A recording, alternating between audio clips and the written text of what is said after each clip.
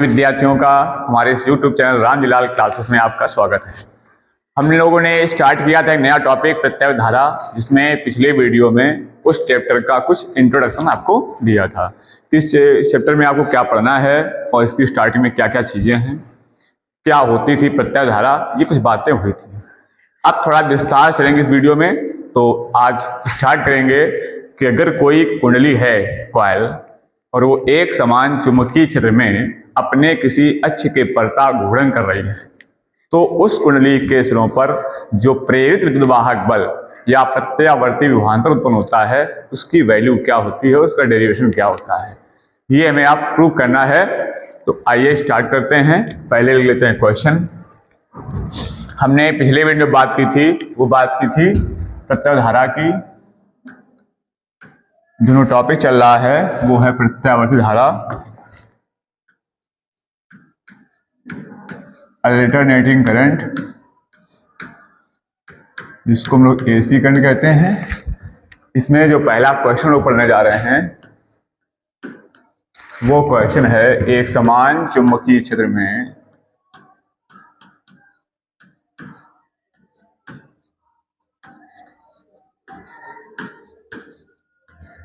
एक समान चुंबकीय क्षेत्र, जानते हो कैसा होता है, आप जो पढ़ चुके हैं, जिसमें चुंबकीय रेखाएं परस्पर समांतर होती हैं और समदूरस्थ होती हैं।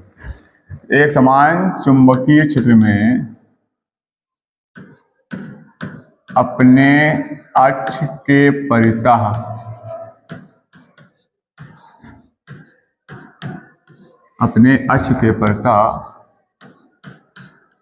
घूर्णन कर रही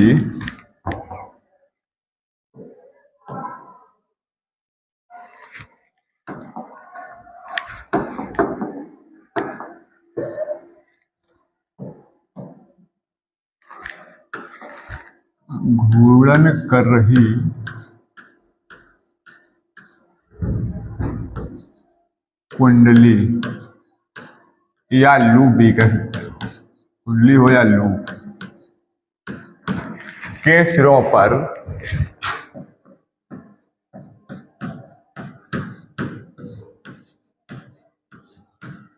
उत्पन्न प्रत्यावर्ती विद्युद्वाहक बल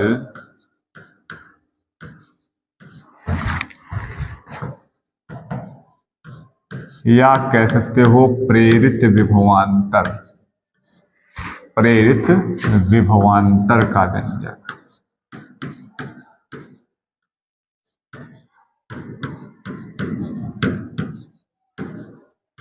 ये व्यंजक हमें प्रूफ करना है।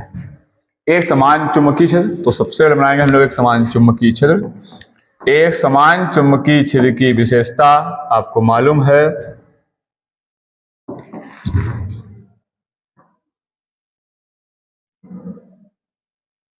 कि चुंबकीय रेखाएं परस्पर समांतर और समान दूरी पर होती हैं।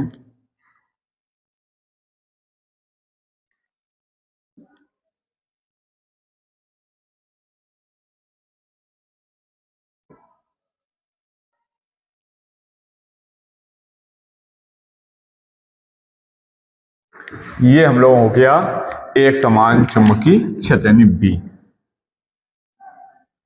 और इस चुंबकीय क्षेत्र में एक हम लोग देते हैं कॉइल, तांबे के तार को लपेट कर जो कॉइल बनती है, उस कॉइल को यहां रखते हैं।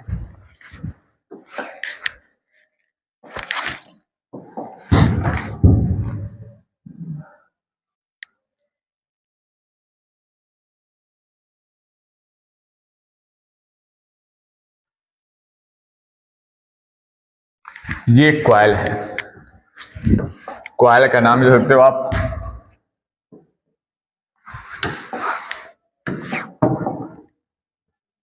PQRS। ये कॉइल है और ये कॉइल चुंबकीय क्षेत्र किसी एंगल पर घूम रही है। इसको घूमता हुआ आप दिखा सकते हो इस प्रकार से।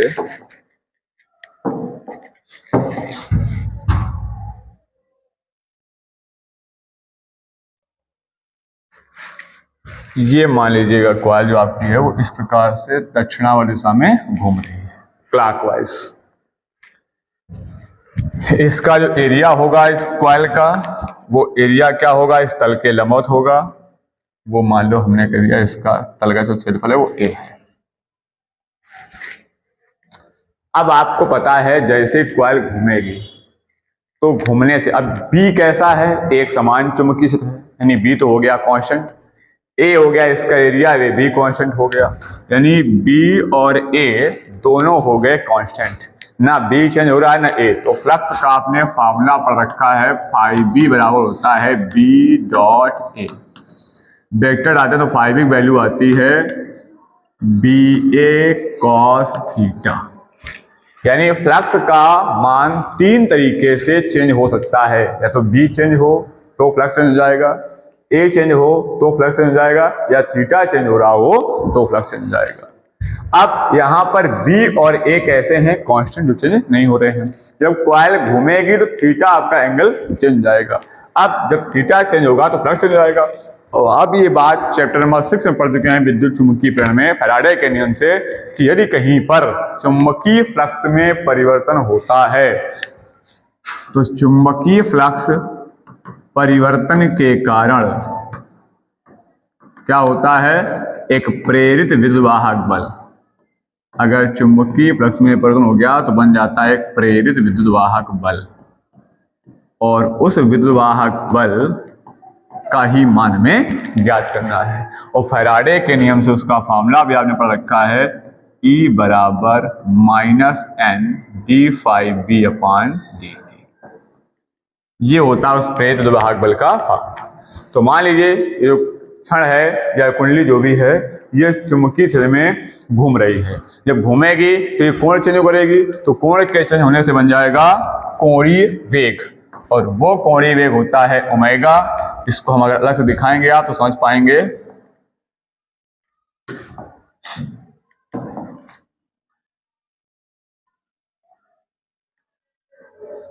इसको घूमता हुआ आप देखोगे तो कुछ इस प्रकार से,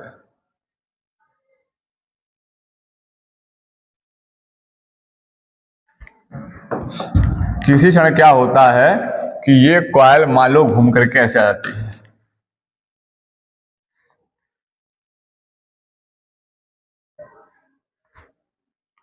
और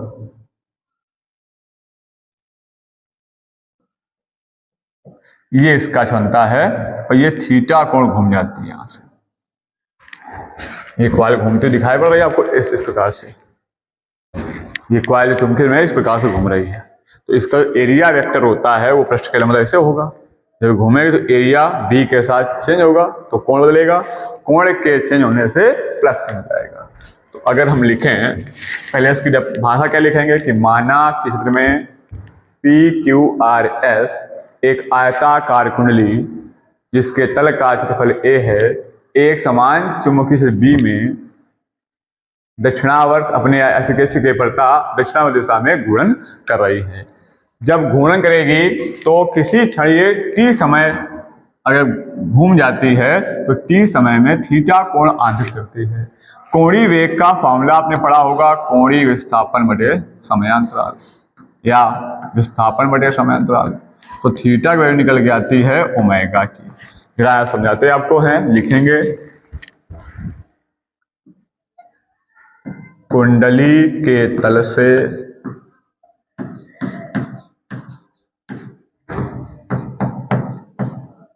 गुजरने वाला चुंबकीय फ्लक्स,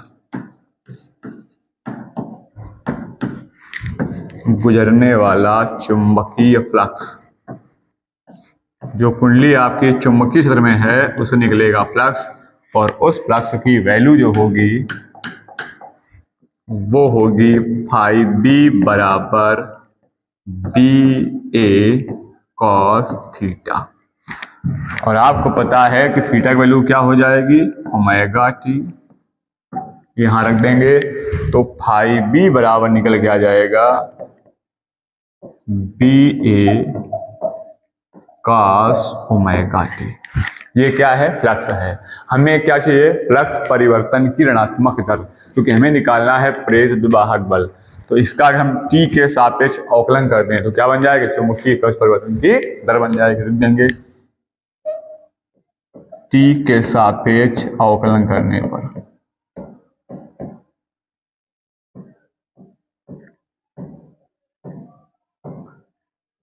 t के सापेक्ष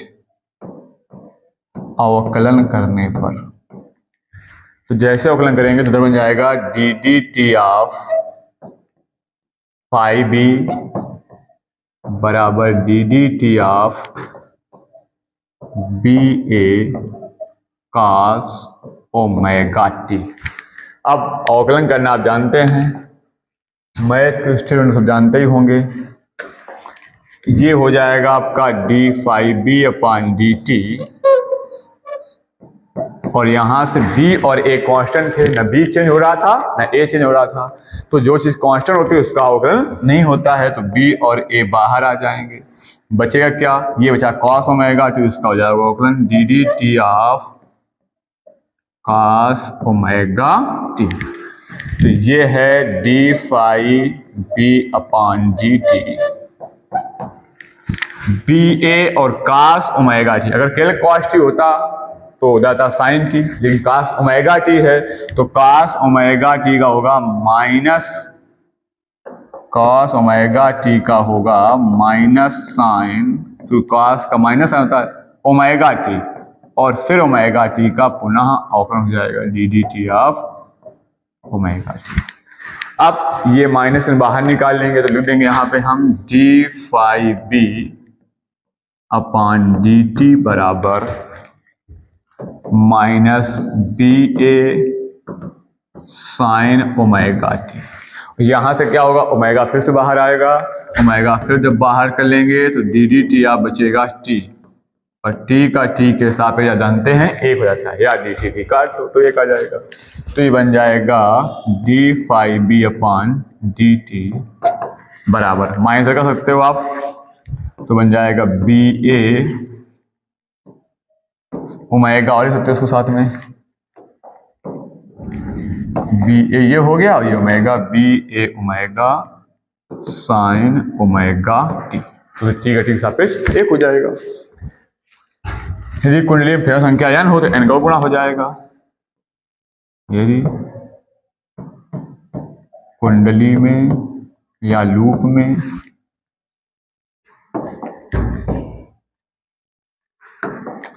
कुंडली में फेरों की संख्या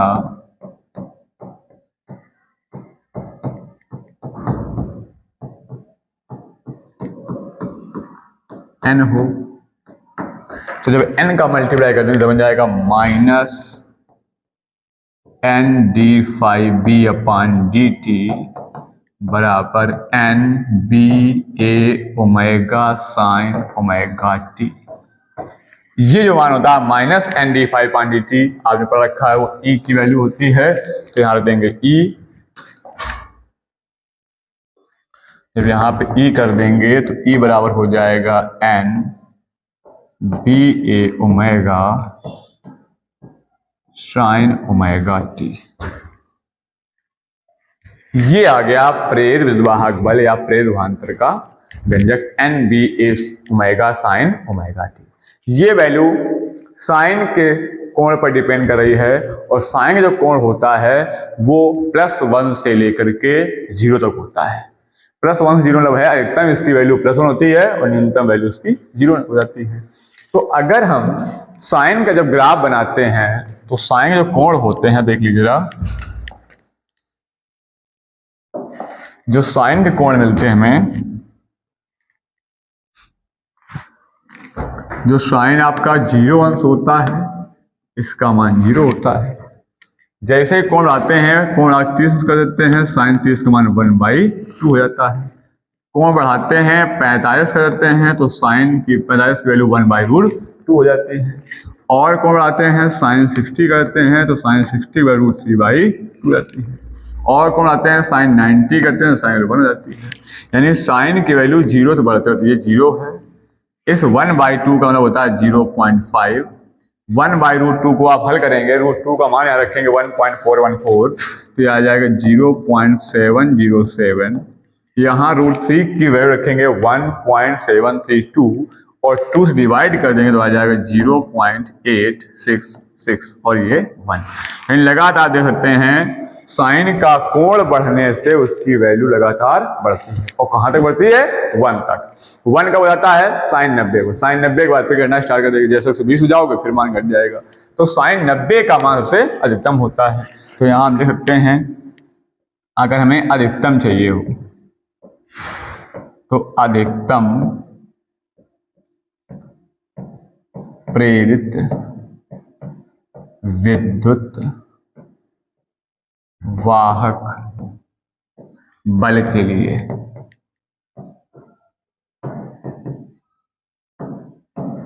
जो आपका थीटा होगा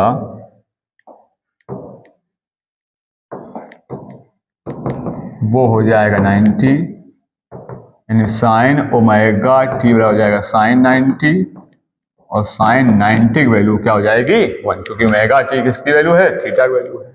तो साइन 90 वैल्यू 1 हो जाएगी तो इसको फिर हम ई नॉट कहेंगे, क्या कह देंगे ई नॉट। ई नॉट बराबर N B a omega sign 90 और साइन 90 का मान हो गया 1, तो ये हो जाएगा एन बी ए ओमेगा। ये वैल्यू हो गई अधिकतम प्रेरित वाहक बल यानी ई नॉट की। अब अगर एन बी ओमेगा के स्थान पर यहां पर ये रख दें आकर के ई नॉट, तो ये समीकरण क्या बन जाएगा ई बराबर ई नॉट साइन ओमेगा टी। ये बन जाएगा ई बराबर ई नॉट साइन ओमेगा टी। अब साइन जो होता है, साइन का जो ग्राफ बनता है, कभी भी कोई वैल्यू को साइन में डिपेंड करती है, तो साइन का ग्राफ देख लीजिएगा।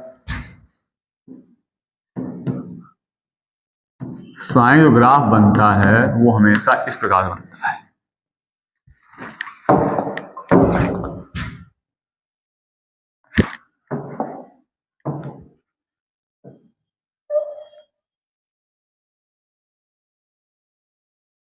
इस प्रकार से साइन 0 पे 0 रहता मान है और जैसे जैसे कोण बढ़ता है वैसे वैसे मान बढ़ता है। जैसे आप 0 के बाद 30 में जाओगे मान बढ़ेगा, 45 में जाओगे बढ़ेगा, 60 बढ़ेगा और 90 से अधिकतम हो जाएगा। ये है ई नॉट अधिकतम मान। फिर जैसे नीचे आओगे फिर घटता जाएगा, फिर घटता जाएगा, फिर घटता जाएगा। तो साइन का मान लगातार समय के साथ घटता है, फिर माइनस होने लगता है। यहाँ पर यहाँ तक पॉजिटिव रहेगा फिर नीचे निगेटिव। ये साइन ग्राफ है, यानी एक ऐसा मान आएगा निगेटिव फिर यहाँ दोहराएगा अपने मान को, ई नॉट को, लेकिन नेगेटिव हो जाएगा। ये फिर इस मान को दोहराएगा जाकर के पॉजिटिव हो जाएगा। तो ये अगर देखा जाए जो प्रत्यावर्ती विद्युत वाहक बल है, ये टाइम के साथ इसका मान घटे बढ़ेगा यानी परिवर्तित होगा और एक निश्चित समय जब आएगा तो उसका अपने मान को ये दोहराएगा। तो क्या है प्रत्यावर्ती विद्युत वाहक बल? क्या है प्रत्यावर्ती विद्युत वाहक बल? तो ये समीकरण बता रहा है आपको।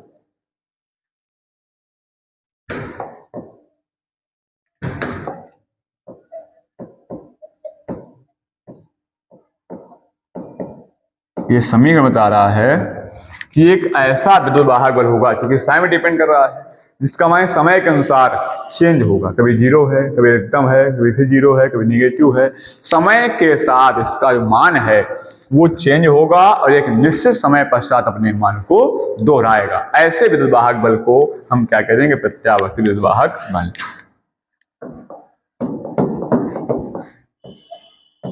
यह एक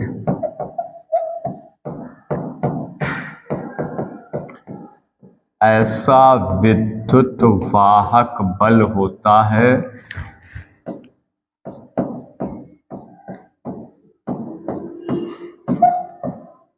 जिसका मान समय के अनुसार, टाइम के साथ इसका मान चेंज होगा, जिसका मान समय के अनुसार परिवर्तित होता है। समय के अनुसार परिवर्तित होता है। देख सकते हैं टाइम के साथ इसका मान चेंज हो रहा है।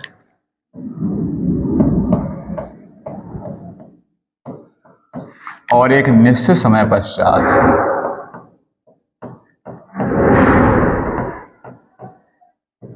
और एक निश्चित समय पश्चात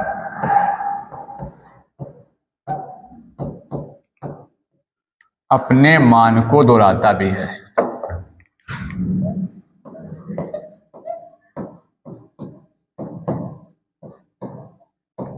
अपने मान को दोहराता है।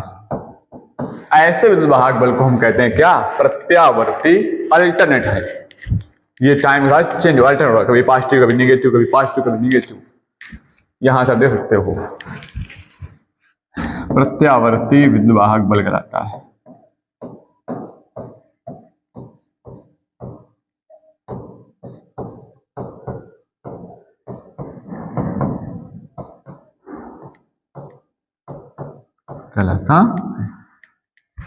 इसका समीकरण आपने प्रूव किया, वो समीकरण आया E बराबर E not sine omega T.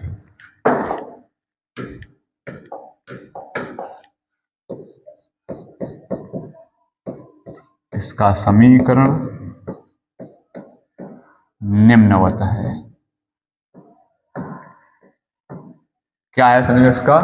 वो समीकरण आपने देखा E बराबर E not sine omega T. जहां आप E नॉट देख रहे हैं, ये क्या है? ये प्रत्यावर्ती है, उसका अधिकतम शिखर मान, सबसे अधिकतम मैक्सिमम वैल्यू है। ये पीक वैल्यू भी कह सकते हो आप, जहां E नॉट प्रत्यावर्ती विद्युत वाहक बल का अधिकतम शिखर मान है। ये सबसे ज्यादा वैल्यू है, एकदम शिखर मान, पीक वैल्यू है ये E नॉट। अगर इसका हम ग्राफ बनाए तो ग्राफ यहां बनाया, फिर दिखा सकते हैं इसको जरा बना करके, वेव डायग्राम इसका।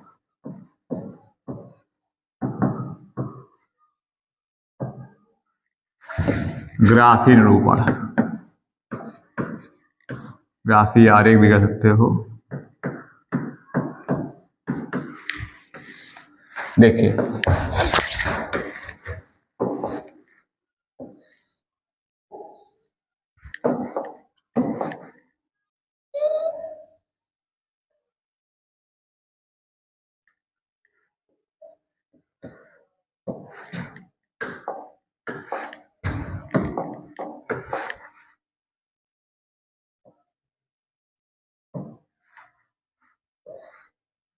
ये विद्युत वाहक बल है, ये समय t है, E नॉट। ये आधा चक्कर है T/2, ये पूरा चक्कर है T। यहाँ जो कोण है 90 डिग्री है, π/2, और ये है पाई 180, 3π/2 270, और ये पूरा चक्कर हो जाएगा 2π। ये आधा चक्कर पॉजिटिव, आधा चक्कर निगेटिव, ये पूरा चक्कर 2π। आधा चक्कर समय आधा T/2 और ये पूरे चक्कर समय T है। तो ये इसका बनता है ग्राफ, इसका प्रत्यावर्ती विद्युत वाहक बल का। सेम इसी प्रकार से हमारा प्रत्यावर्ती विभवांतर बनता है, वैसे प्रत्यावर्ती धारा बनती है। तो धारा आती है, धारा का समीकरण जैसे इसका निकल के आया है E बराबर E not sine omega T, ऐसे धारा का आता है I बराबर I naught sine omega t. ये भी धारा ऐसी होगी जिसका मान समय के साथ बदलेगा और एक निश्चित समय पर अपने मान को दोहराएगी। तो क्या होती है प्रत्यावर्ती, डिटेल में देते हैं इसको।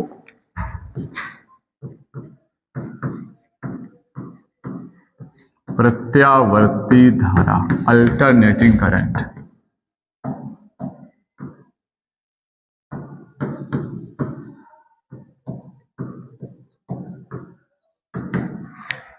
प्रत्यावर्ती लग गया, यानी ये भी टाइम के साथ चेंज होगी, क्योंकि समीकरण ये आएगा I naught sine omega. Sine के साथ ये वैल्यू है, तो मतलब साइन का मान कोण बदलने से चेंज होता है, तो इसका भी मान चेंज होगा और एक निश्चित समय पर अपने मान को दोहराती है। तो इसकी डेफिनेशन बन जाएगी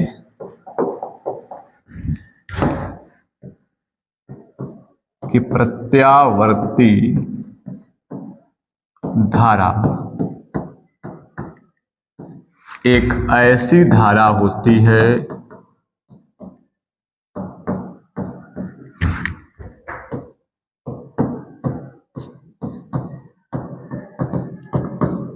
जिसका परिमाण जिसका मान समय के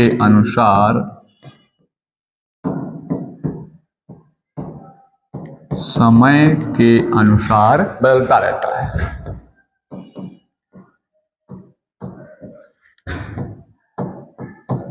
तथा एक निश्चित समय पश्चात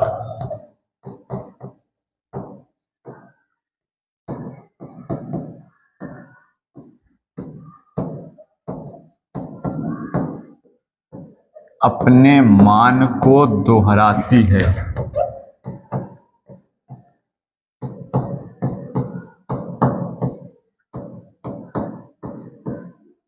फिर उसी मान दोहराएगी, एक निश्चित समय जब आएगा तो अपने मान को पुनः दोहराती है। प्रत्यावर्ती धारा कहलाती है।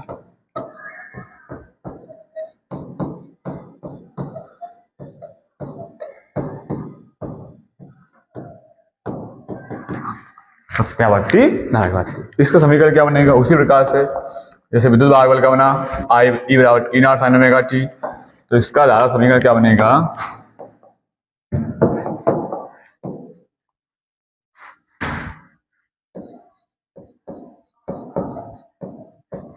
प्रत्यावर्ती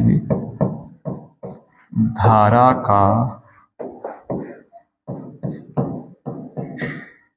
समीकरण, वो समीकरण लिख सकते हैं I बराबर I naught sine omega t. अब I नॉट क्या है? तो I नॉट है जो प्रत्यय धारा का एकदम मान था, शिखर मान, वो है। तो लिख देंगे जहां I नॉट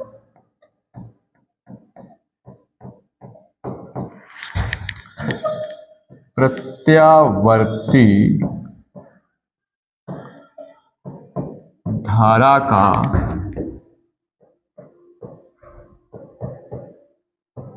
अधिकतम शिखर मान है, पीक वैल्यू है ये।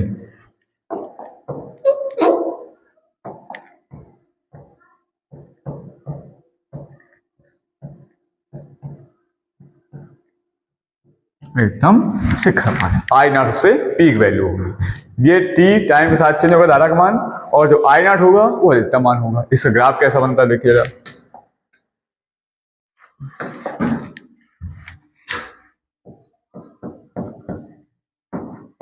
ग्राफीय निरूपण, जिसको वेव डायग्राम में देखेंगे हम।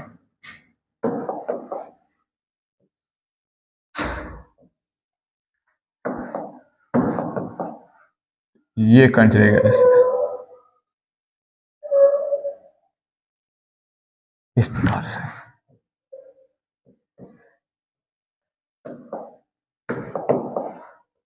ये है धारा, और इधर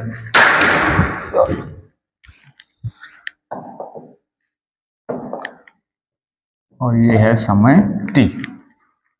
अब यहां पर ये है आधा चक्कर t/2, ये है पूरा चक्कर t। इस चक्कर के दौरान क्या होगा? यहाँ ये अपने मान को दोहराएगी आई नॉट अधिकतम, यहाँ ऋणात्मक अधिकतम हो जाएगी, यहाँ फिर अपने मान को दोहराएगी आई नॉट। यहाँ जो एंगल बनेगा वो π/2 होगा, 90 अंश पर अधिकतम हो जाएगी, साइन 90 मान से अधिकतम होता है। यहाँ बन जाएगा पाई और यहाँ बन जाएगा 3π/2 और ये बन जाएगा 2π। ये हो जाएगा पूरा चक्कर। तो ये थी प्रत्यावर्ती धारा और प्रत्यावर्ती विद्युत वाहक। इसी प्रकार से प्रत्यावर्ती विभवांतर भी होता है। अब प्रत्यावर्ती विभवांतर को पढ़ने से पहले हम लोग पहले निकालेंगे इस धारा के पूरे चक्कर का औसत मान। अभी हमने पिछले वीडियो में केवल ऐसे जनरल बता दिया था कि जो प्रत्यय धारा का एक पूर्ण चक्कर में मान होता है